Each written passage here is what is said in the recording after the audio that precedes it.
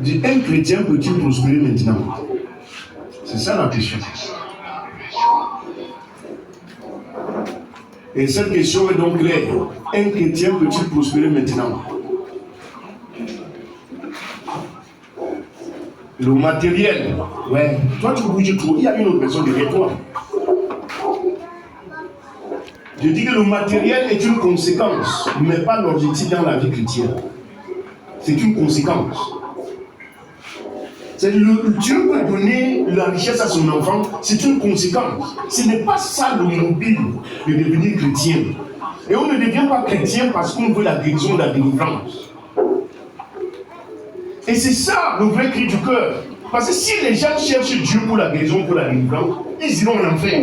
Ils vont beau chanter, chasser les démons, être même délivrés, mais ils iront en enfer.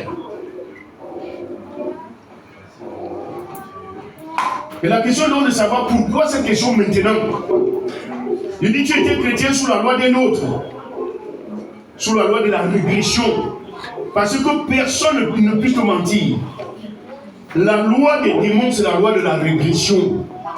Quels que soient les immeubles que tu peux construire, c'est la régression. Nous avons vu des hommes, des grands sur la terre. Ils ont traité des alliances pour être des grands.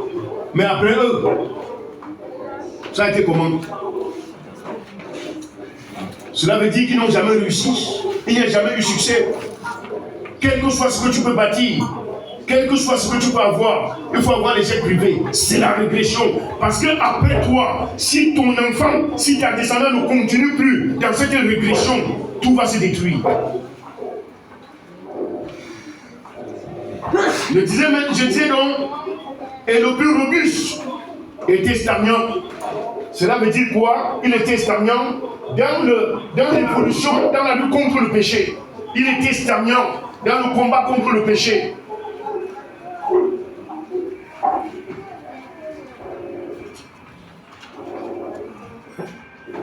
Il pouvait se contenir physiquement, mais à l'intérieur ça grondait. On parle de celui qui est stagnant, dans son intérieur ça grondait, ça bavarde, ça parle, ça dit des choses. Oui. Et la question est de savoir, le chrétien peut-il avancer? Le chrétien peut-il réussir? Le chrétien peut-il vaincre? Maintenant, Jean 8, le verset 32. Jean chapitre 8, le verset 32.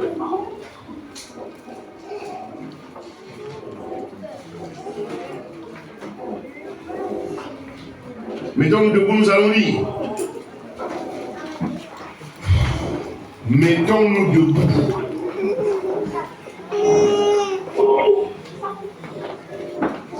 Vous connaîtrez la vérité et la vérité vous affranchira.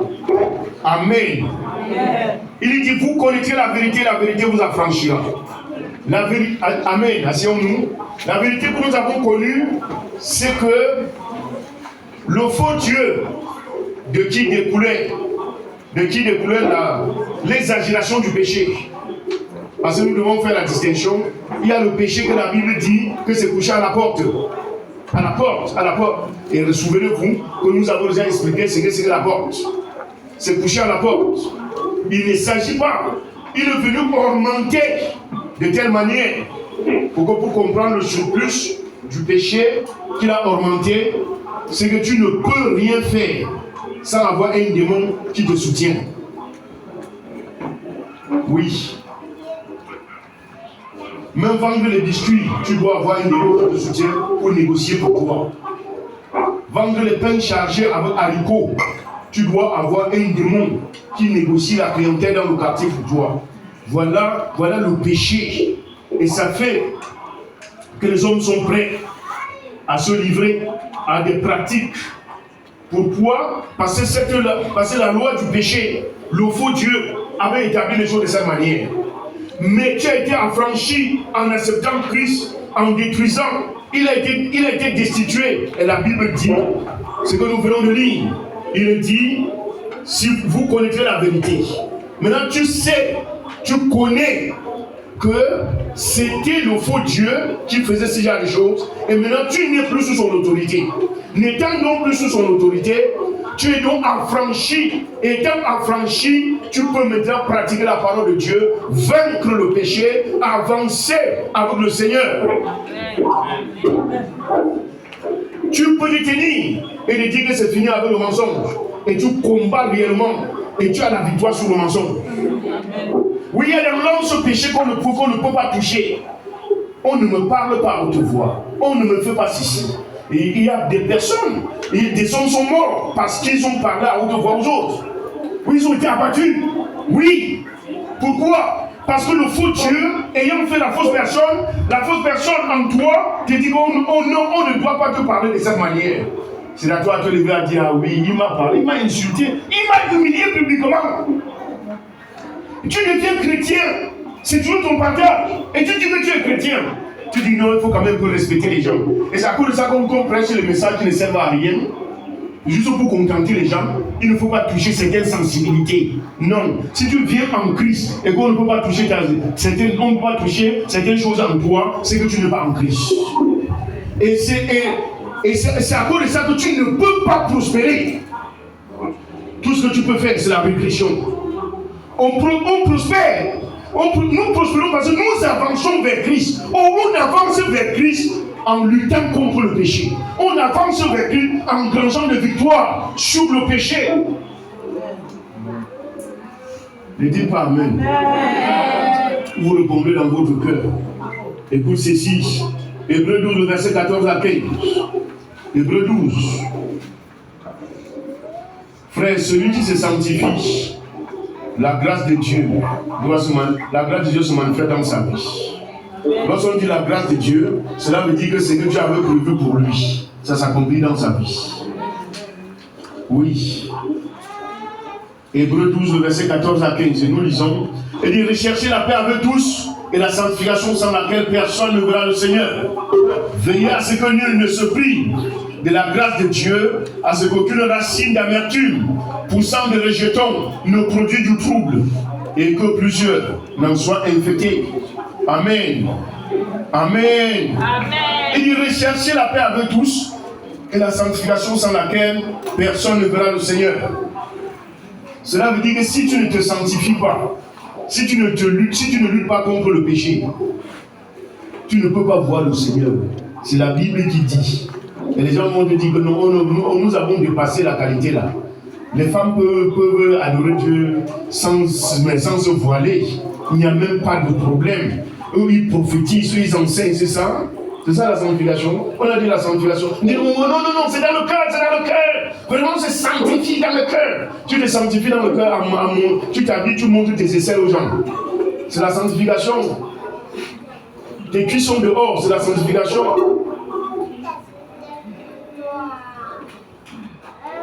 Non. Écoute et comprends.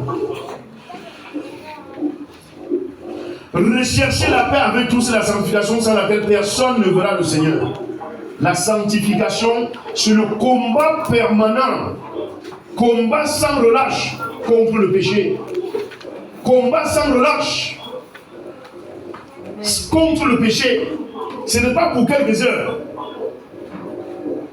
Et tu veilles à ce que nul ne se prive de la grâce de Dieu et qu'aucune racine d'amertume poussant de rejetons ne produise du trouble et que plusieurs n'en soient infectés. Il n'y a pas de raison qu'au milieu des chrétiens, qu'une situation se produit au qu'on demande mais qu'est-ce qui s'est passé? On dit que nous aussi, si je parle là, on va dire que c'était moi. Quoi? Mais tu dois expliquer. Tu dois dire ce qui s'est passé. Ou c'est la vérité ou ce n'est pas la vérité. Écoute ceci. Bien aimé, je vais te faire comprendre ceci. Il n'y a pas. Si tu es vraiment chrétien, tu ne peux pas dire que non. On ne peut pas obéir jusqu'à tel niveau quand même. Que j'ai obéi, mais je ne peux pas aller très loin comme ça quand même. On se soumet, mais pas tellement à ce niveau. Jusqu'à ce niveau-ci. Non, on ne peut pas. Ça. Non. On ne peut pas pardonner jusqu'à pardonner la qualité si. Donc toi-même, tu vois qu'on peut pardonner aussi. Non. On pardonne, il y a des choses qu'on pardonne, il y a des choses qu'on ne pardonne pas. On laisse quand même. Donc, il y a des choses qu'on ne pardonne pas. Frère, si tu es là pour pardonner, si tu as accepté pardonner, si tu as accepté Christ, si tu te soumets à Christ, tu dois tout pardonner. Tu dois obéir et obéir réellement. Et nous ne parlons pas de l'obéissance prophétique. Parce qu'on voit certaines obéissances prophétiques. Une personne qui vient de te dire, te dit que Dieu a dit que tu me donnes ta maison. Non. Ça, frère, si quelqu'un te dit ça, ce n'est pas Dieu. Nous parlons de l'obéissance biblique. L'obéissance qui est selon la parole de Dieu. Nous ne parlons pas de l'obéissance. Nous ne parlons pas de l'obéissance selon les hommes. Nous ne parlons pas de l'obéissance selon le prophétique. Une personne qui se lève et dit que là où nous sommes là, et la prophétie a dit que tout le monde doit maintenant se raser, même les femmes. Et vous obéissez pour vous raser. Non, ça ne fait pas partie du prophétique que nous connaissons. Ça ne fait pas partie de l'obéissance que nous connaissons. Mais nous connaissons que Dieu parle. Et on doit obéir lorsque le Seigneur parle. Mais ça ne peut pas être que au moment où nous sommes en train d'obéir au Seigneur, nous obéissons plutôt que selon le prophétique. Non. On obéit selon ce qui est écrit. Amen. Gloire à Dieu. Amen. Gloire à Dieu. Amen. Écoute, le succès, est-ce qu'un chrétien peut prospérer maintenant? C'est-à-dire, est-ce qu'un chrétien peut vaincre le péché? Est-ce qu'un chrétien peut quitter du mensonge? C'est-à-dire, il abandonne le mensonge, il abandonne l'escroquerie.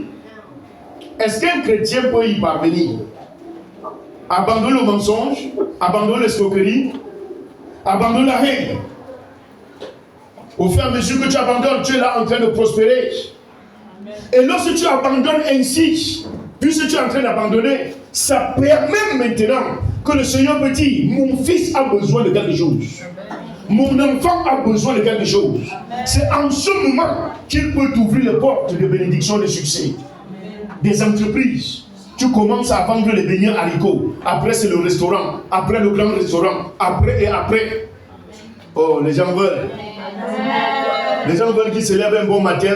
Tu vis encore dans le péché. Et tu dis que Dieu est avec toi. Et tu pars, tu déclares dans un quartier. Et le lendemain, tu viens, tu obtiens le terrain. Et immédiatement et subitement, comme ça, on ne sait comme par enchantement. La maison est déjà sur ça. Et en 6 mois, tu es déjà véhiculé. Tu as déjà non.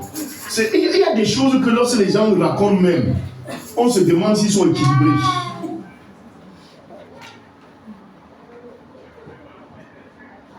Écoutez ceci. Philippiens 4, le verset 7 à 8. Philippiens 4, le verset 7 à 8.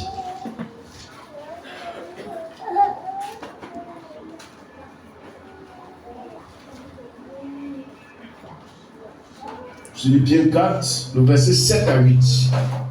Et la paix de Dieu qui surpasse toute intelligence gardera vos cœurs et vos pensées en Jésus-Christ. Au reste, frères, que tout ce qui est vrai, tout ce qui est honorable, tout ce qui est juste, tout ce qui est pur, tout ce qui est aimable et tout ce qui mérite l'approbation, ce qui est vrai et digne de louange, soit l'objet de vos pensées. Amen. Amen. Écoute frère, bien-aimé, je vais te faire comprendre ceci. La prospérité telle que les gens ont conçue.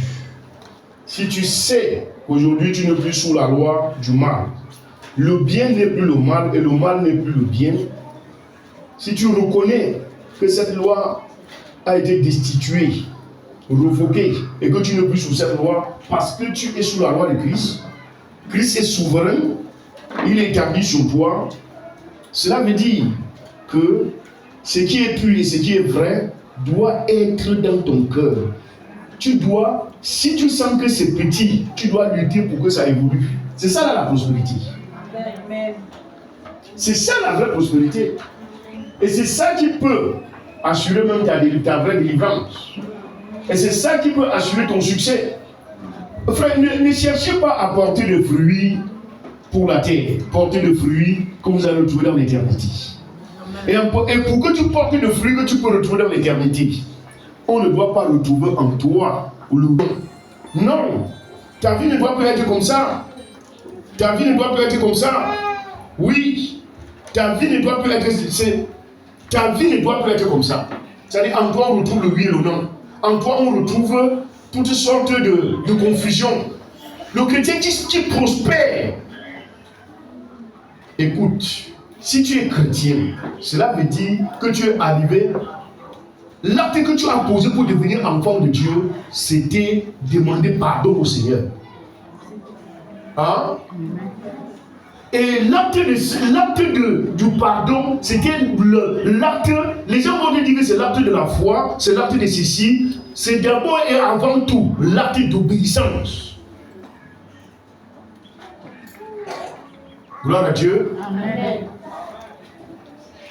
Ayant donc pris la résolution d'obéir à la parole que tu as reçue, tu as demandé pardon. Par ce pardon, le Seigneur dit ok, viens. Cela veut dire que toute ta vie, tu dois continuer dans l'obéissance. Et si tu obéis à moitié, si tu obéis, si tu sélectionnes sur quoi tu dois obéir, tu n'es pas chrétien, tu iras en enfer. Tu ne peux pas prospérer. Tu peux prospérer selon les hommes. Le succès selon les hommes, c'est la régression selon Dieu. Parce que ça ne peut pas t'amener à la vie éternelle. Ça te fait reculer, régresser sur le chemin de la vie éternelle.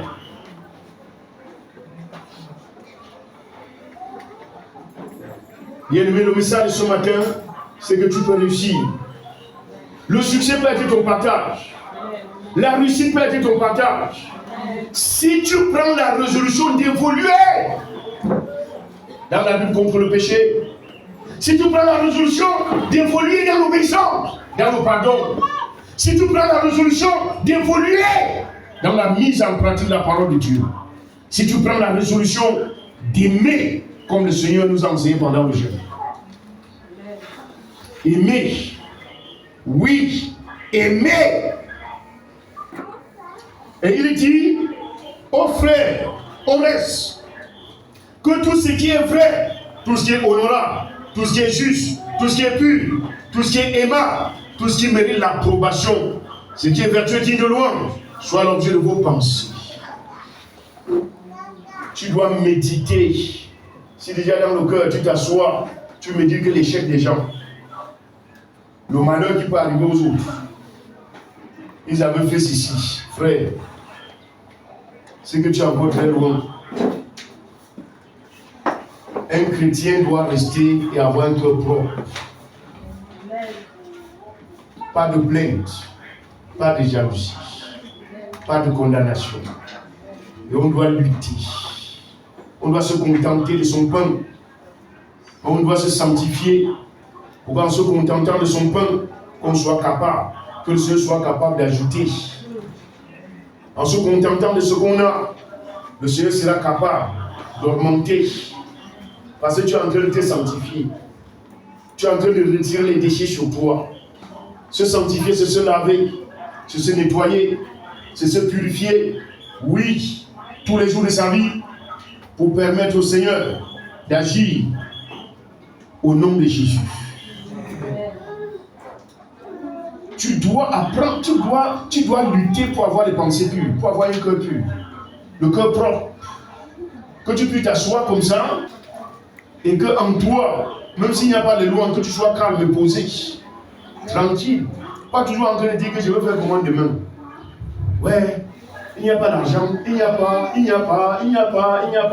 Oui, tontine, tel tontine, tel tontine, tel tontine, tel tontine. Mais ça peut pas partir de la vie des hommes qui sont en Christ. Soucis, amertume, tristesse, confusion, ça ne doit plus être ton partage. Le chrétien peut-il réussir? Peut-il prospérer? Oui, il peut prospérer maintenant parce qu'il n'étant donc plus sous la loi de la régression, il est sous la loi de Dieu. Il est sous la loi de la prospérité, c'est-à-dire il est sous la loi qui lui permet de lutter contre le péché. Hein? Tu peux vaincre le péché maintenant.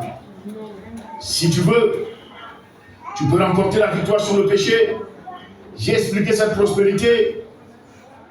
On prospère en remportant victoire sur le péché. J'ai la victoire sur la colère. Après, j'ai la victoire sur la tristesse. Après, j'ai la victoire sur la jalousie. Après, j'ai la victoire. Oui, ainsi de suite, ainsi de suite. J'ai la victoire sur la nervosité. J'ai la victoire sur ce qu'on ne peut pas toucher en moi. Oui, lorsque tu as la victoire, alors le succès matériel peut se manifester dans ta vie. Le succès selon Dieu. Et j'ai dit, le prophétique, on ne peut... Méfiez-vous d'obéir selon le prophétique. Le prophétique qui n'est pas écrit. On dit maintenant, frère, gloire à Dieu. Mettons-nous debout. Nous allons prier.